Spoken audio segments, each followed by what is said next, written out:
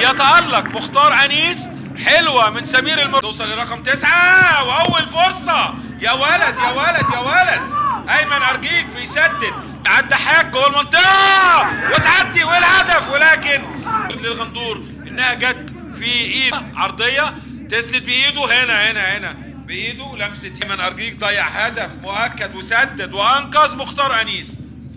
وكرة تانية ولكن مغربي اهي، دحاك عدى وبص ولكن طمع في الكوره وشاط في المرمى، كان من اي وضعيه بيحاول عليها.